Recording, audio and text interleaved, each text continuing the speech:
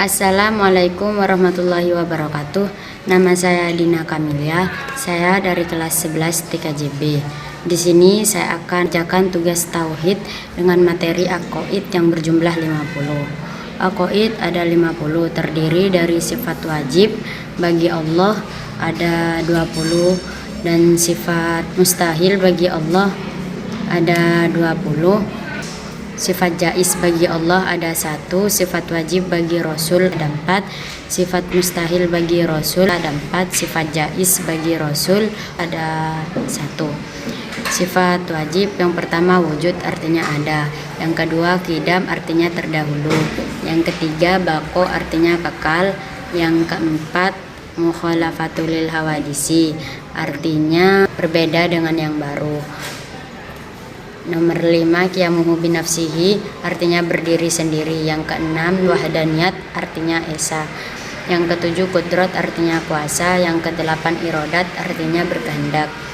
Yang kesembilan ilmun artinya mengetahui. Yang kesepuluh hayat artinya hidup. Yang kesebelas sama artinya mendengar. Yang kedua belas basor artinya melihat. Yang ketiga belas kalam artinya berfirman. Yang keempat belas qadiron artinya Allah zat yang maha kuasa. Yang kelima belas muridan artinya yang maha berkehendak. Yang keenam belas aliman artinya yang maha mengetahui. Yang ke-17 hayyan artinya yang maha hidup. Yang ke-18 sami'an artinya yang maha mendengar. Yang ke-19 basiron artinya yang maha melihat.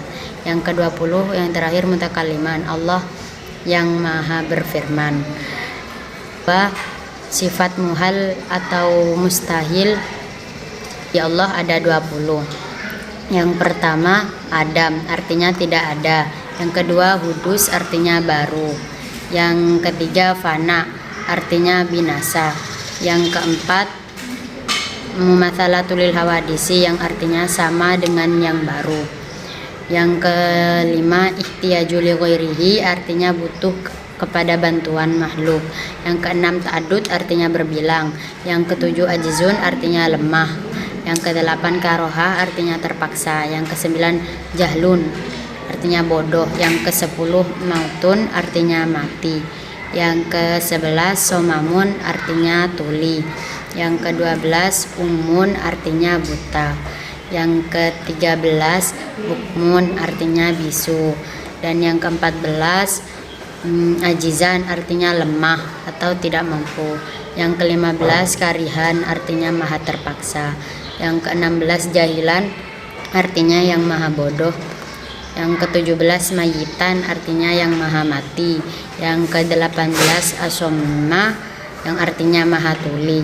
Yang ke-19 akma artinya maha buta. Yang ke-20 abkama yang artinya maha bisu. Sifat jais Allah ada 1, yaitu fi'lu kulli mumkinin aw tarkuhu, yang artinya bisa atau boleh melakukan dan atau tidak melakukan sesuatu yang mungkin terjadi sesuai kehendaknya. Yang keempat sifat wajib bagi Nabi dan Rasul.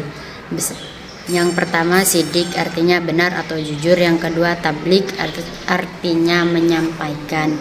Yang ketiga amanah artinya dapat dipercaya.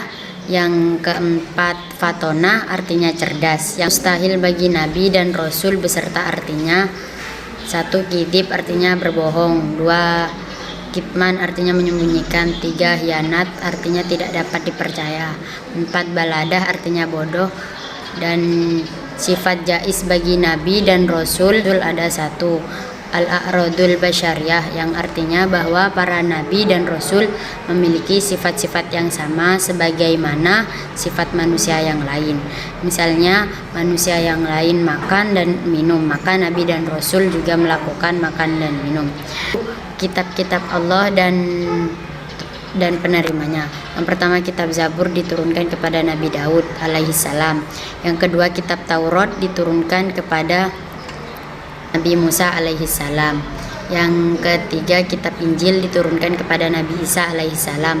Yang keempat kitab Al-Quran diturunkan kepada Nabi Muhammad sallallahu alaihi wasallam. Malaikat beserta tugasnya.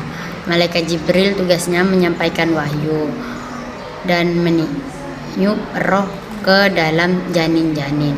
Malaikat Mikail bertugas memberi rezeki kepada makhluk hidup. Selain itu, malaikat Mikail juga bertugas mengatur panas hujan dan tanaman yang ada di bumi. Yang ketiga, malaikat Israfil bertugas untuk meniup trompet sangkakala di hari kiamat nanti. Yang malaikat Israel bertugas mencabut nyawa. Malaikat Raqib bertugas mencatat amal baik manusia selama hidup. Yang keenam, malaikat Atid mencatat semua amal buruk manusia semasa hidupnya. Yang ketujuh, malaikat Mungkar menanyakan manusia di dalam kubur tentang keburukan-keburukan yang dilakukan semasa hidupnya. Yang kedelapan, malaikat Nakir tugasnya menanyai manusia di dalam kubur tentang kebaikan-kebaikan yang dilakukan dalam semasa hidupnya. Yang kesembilan, malaikat Malik bertugas menjaga pintu di neraka. Yang terakhir, malaikat Ridwan yang bertugas menjaga pintu di surga. Cukup sekian presentasi dari saya, kurang lebihnya saya mohon maaf. Wassalamualaikum warahmatullahi wabarakatuh.